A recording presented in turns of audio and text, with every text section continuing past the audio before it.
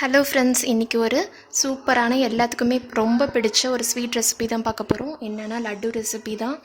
இது வந்து எந்த கலரும் இல்லாமல் ஜஸ்ட் நார்மலாக ஒரு பேசிக் லட்டு ரெசிபி தான். இது ரொம்ப ஈஸியாக பண்ணிடலாம். ரொம்ப கம்மியான இன்க்ரீடியன்ஸ் தான். இப்போ எப்படி பண்ணுறதுன்னு பார்க்கலாம்.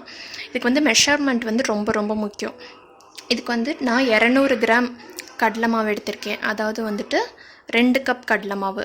உங்கள்கிட்ட மெஷர்மெண்ட் இது இல்லாட்டி நான் கப் மெஷர்மெண்ட்டில் சொல்கிறேன், அதே மாதிரி எடுத்துக்கோங்க. எதில் நீங்கள் அளக்குறீங்களோ அதே இதில் சர்க்கரையும் அளந்துக்கோங்க. 2 கப் கடலை மாவுனா அதே மாதிரி 2 கப் சர்க்கரை.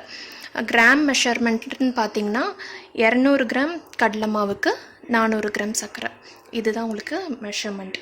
இப்போ நான் 200 கிராம் கடலை மாவில் கொஞ்சமாக ஒரு பிஞ்ச் அளவு தான் சோடா உப்பு சேர்த்துட்டு இதை வந்து நம்ம தண்ணி ஊற்றி கொஞ்சம் இப்படி ஊற்றுற கன்சிஸ்டன்சிக்கு கலந்து விட்டுக்கலாம். ஃபஸ்ட்டு இதை வந்து ஒரு மிக்ஸ் பண்ணிடுங்க.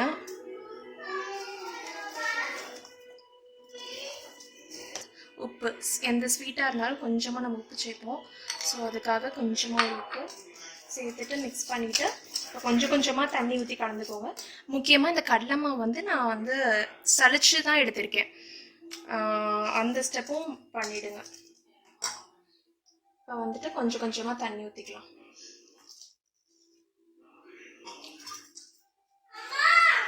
நான் இந்த கன்சிஸ்டன்சி வந்தாலும் காமிக்கிறேன். இப்போ பார்த்தீங்கன்னா இந்த கன்சிஸ்டன்சிக்கு இந்த மாதிரி இருக்கணும். நல்லா ஸ்மூத்தாக இருக்குது பாருங்கள். இதை நீங்கள் சளிச்சுக்கிட்டிங்கன்னா எந்த கட்டிங்குமே வராது. நம்ம தண்ணி கலந்து இது பண்ணுறப்ப நீட்டாக ஸ்மூத்தாக இந்த மாதிரி வரும். இந்த கன்சிஸ்டன்சிக்கு வச்சுக்கோங்க. இப்போ வந்து நம்ம சர்க்கரை பாகு ரெடி பண்ணிடலாம். பாகு பண்ணுறதுக்கு 400 கிராம் சர்க்கரைன்னு சொன்னேன்ல, அதை கொட்டிக்கலாம்.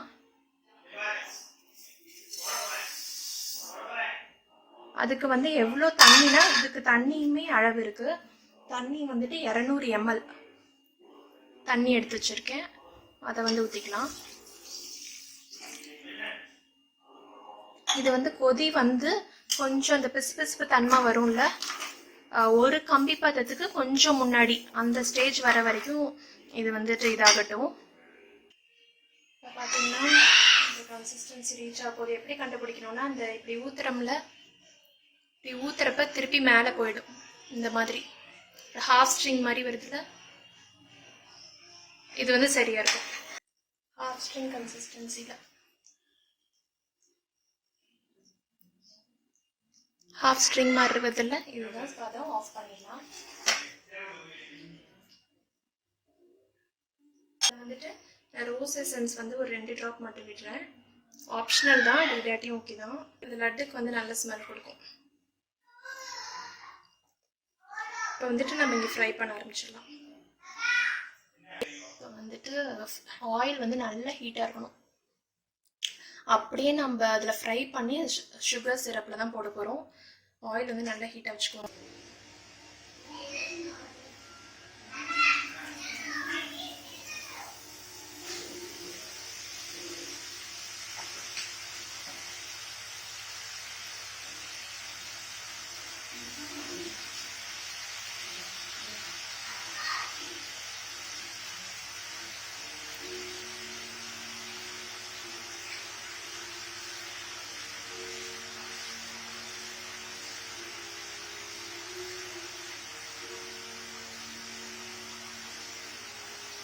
எடுத்துடலாம்.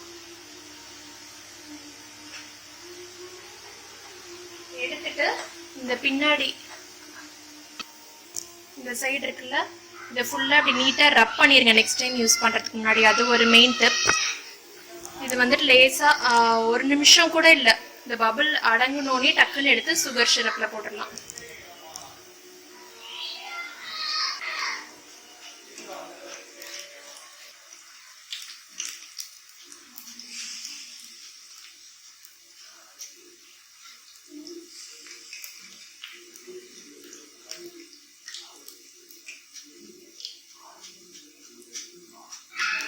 போட்டுடலாம்.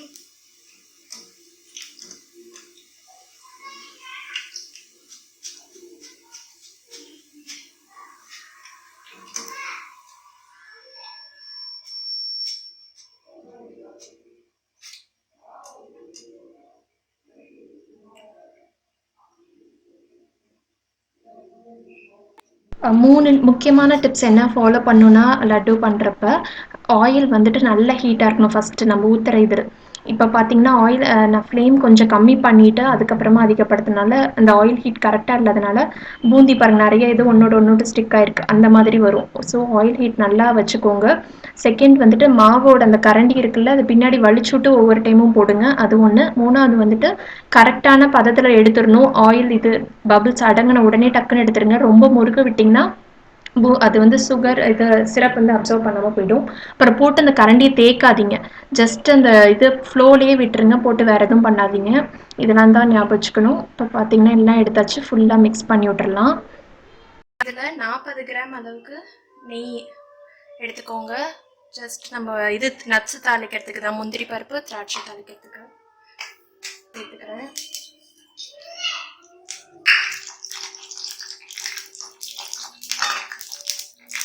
வந்து நான் ஒரு பாத்திரத்துக்கு இந்த பாத்திரத்துக்கு ட்ரான்ஸ்ஃபர் பண்ணிட்டேன். ஸோ வந்துட்டு இதில் கொட்டி கிளறிடலாம். நல்லா கிளறி விட்டுருங்க.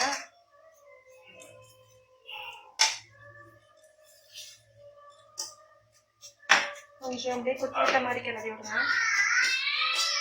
எல்லாம் சூடாக இருக்கும். நம்ம இதை மூடி வச்சுட்டு கொஞ்சம் ஆறின பிறகு தான் உருண்டை பிடிக்க போகிறோம்.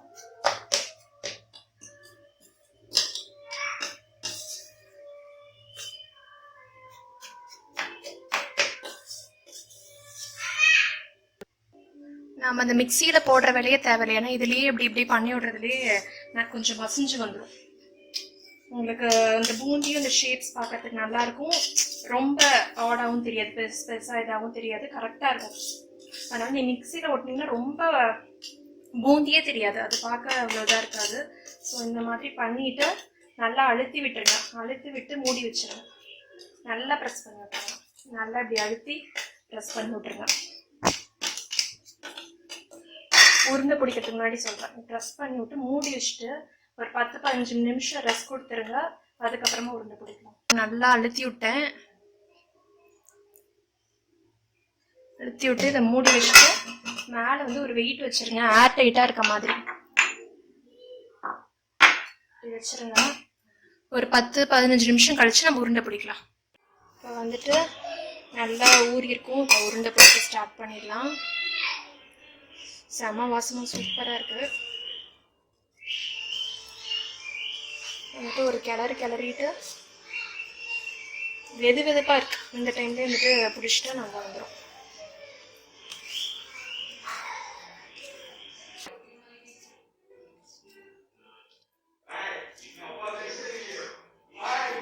சூப்பராக பிடிக்க வருது.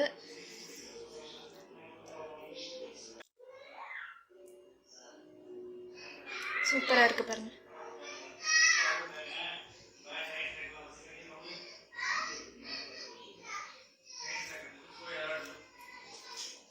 அப்படியே வச்சிடலாம்.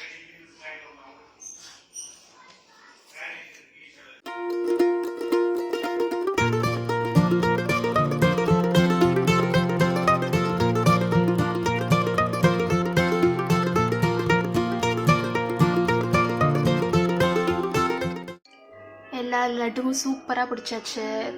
இதில் கொஞ்சம் வச்சுருக்கேன். இதில் கொஞ்சம் டோட்டலாக வந்துட்டு 28 லட்டூஸ் வரும் இந்த மெஷர்மெண்ட்டுக்கு. இந்த சைஸில், மீடியம் சைஸில். இதே மாதிரி கண்டிப்பாக ட்ரை பண்ணி பாருங்கள். ஈஸியாக பண்ணிடலாம். ஏன்னா நமக்கு மிக்சிலாம் போட்டு தேவையில்ல. ஜஸ்ட் அப்படியே எடுத்து நம்ம சுகர் சிரப்பில் போட்டுருவோம். ஸோ குயிக்காக பண்ணிடலாம். இந்த ரெசிபி ட்ரை பண்ணி பார்த்துட்டு எப்படி வந்துச்சுன்னு உங்கள் கமெண்ட் சொல்லுங்கள். இந்த வீடியோ உங்களுக்கு பிடிச்சிருக்குன்னு நினைக்கிறேன். பிடிச்சிருந்தா லைக் பண்ணுங்கள், ஷேர் பண்ணுங்கள். நீங்கள் இன்னும் சப்ஸ்கிரைப் பண்ணலைன்னா மறக்காமல் சப்ஸ்கிரைப் பண்ணுங்கள். நான் ஆர்த்தி, மறுபடியும் உங்களை வேறு இன்ட்ரெஸ்டிங்கான வீடியோவில் சந்திக்கிற வரைக்கும் பாய்.